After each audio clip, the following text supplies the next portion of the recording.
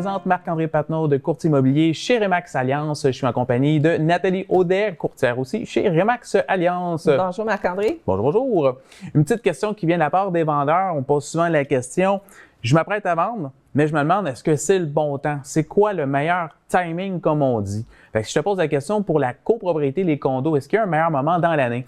C'est sûr que la période la plus occupée de l'année, c'est à partir du mois de février jusqu'au mois de fin mai. OK. C'est vraiment la période la plus chaude de l'année. On a plus d'acheteurs parce que les premiers acheteurs commencent au mois de février à magasiner. Et puis, souvent, ils sont en loyer ou ils restent chez maman, papa, mais souvent, on parle d'un loyer qui finit le 30 juin.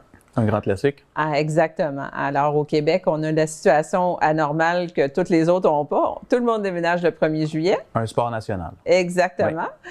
Alors, ce serait important de comprendre que plusieurs copropriétés sont vendues. C'est souvent des premiers achats. Plusieurs copropriétés sont vendues à partir du mois de février jusqu'au mois de mai pour notarier avant la fin juin. OK. Alors, c'est ce que je vois beaucoup. C'est sûr qu'il n'y a pas de mauvais temps pour vendre une copropriété. C'est du cas par cas. On vend quand même, durant l'été, 25% des copropriétés sont vendues pendant l'été. Alors, les chiffres sont là.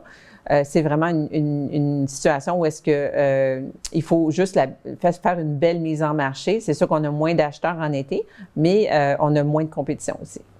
Donc, ça, c'est toujours agréable si on ne part pas non plus en offre multiple pour un acheteur particulièrement. Exact. Donc, pour les plex, par exemple, il y a des petites différences parce que moi, je remarque de ce côté-là, au niveau des plex, si, exemple, on a un acheteur qui va être un investisseur.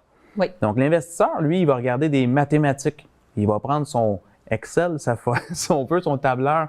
Il va rentrer les chiffres, ça marche pas. Est-ce que vraiment il y a l'impact dans l'année pour lui, que ce soit en janvier, en février, en mars?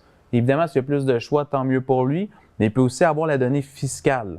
Donc, de faire bouger son argent dans l'année pour avoir un meilleur impact, si on veut, au niveau fiscalité. Donc, ça, c'est des choses qu'on peut voir. Oui.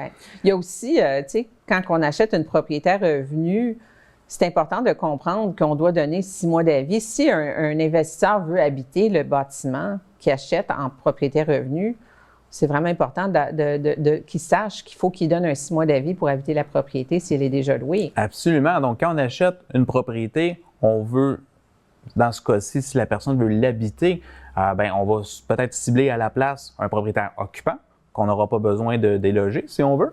Mais si, comme tu as dit, si c'est déjà loué puis on veut reprendre ce fameux logement-là, là, on doit respecter le fameux 6 mois. Comme tu dis, 30 juin, grand classique, 6 mois, on retourne en arrière. 31 décembre, l'avis, il faut qu'il soit parti, il faut qu'il ait reçu finalement. Ce qui fait que ça se peut qu'en plex, on ait une pointe un peu plus forte en septembre, en octobre, parce que justement, les gens veulent faire leur mise en marché. On va avoir après ça environ 15 jours de délai pour faire toutes les conditions. Ensuite, on envoie le dossier chez le notaire. Il faut qu'il traite ça. 1 mois, généralement, en gros, c'est ce qu'on va avoir comme délai. Mais rien qui dit qu'on va avoir une offre d'achat au départ. Donc, c'est sûr que si on parle d'un bon temps pour mettre sur le marché pour les plex, comme tu as dit tout à l'heure, il y en a des ventes durant toute l'année, mais reste que septembre, octobre, on y arrive éventuellement. Donc, c'est sûr que là, ça peut être un bon moment aussi là, pour les plex. Bien, dans les propriétaires revenus, je vois beaucoup de surenchères ces temps-ci. Oui. Parce qu'on n'a pas beaucoup d'inventaire. Alors, c'est sûr que présentement, c'est le temps de vente si vous avez un projet de vente de plex. Absolument. Pour les maisons, parce que c'est le troisième produit, si on veut, là, qui va être sur le marché, maison, ça peut être un petit peu différent. Encore là, à longueur d'année, il y a du monde qui vont vendre.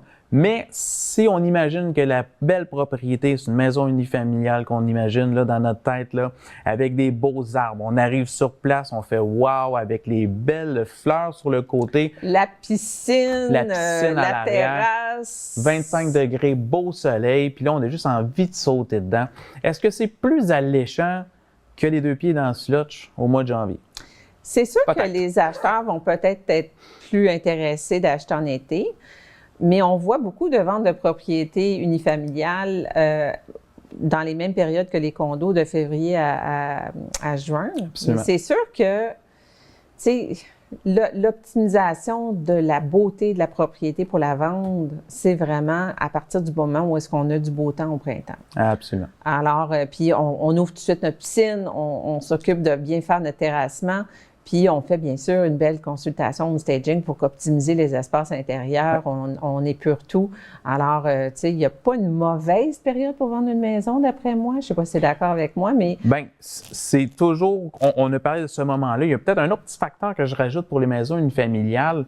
Ça le dit, unifamilial. Donc, il y a souvent des enfants qui vont être dans l'équation. Oui. Donc, il y a des parents qui vont vouloir attendre l'été pour vendre, pour pas brusquer les enfants pour qu'ils aient dans 2 écoles différentes durant la même année scolaire. Absolument. Donc, ils vont attendre la fin de l'année scolaire souvent pour mettre en marché. Donc, oui, on peut peut-être avoir des fois un petit boost de temps là, rendu là. Mais encore une fois, on peut toujours vendre les meilleurs moments, c'est maintenant. Absolument. En conclusion, bien, c'est sûr que le bon moment, c'est quand on est prête à la vendre. Tout à fait. Tu sais, c'est vraiment notre timing à nous.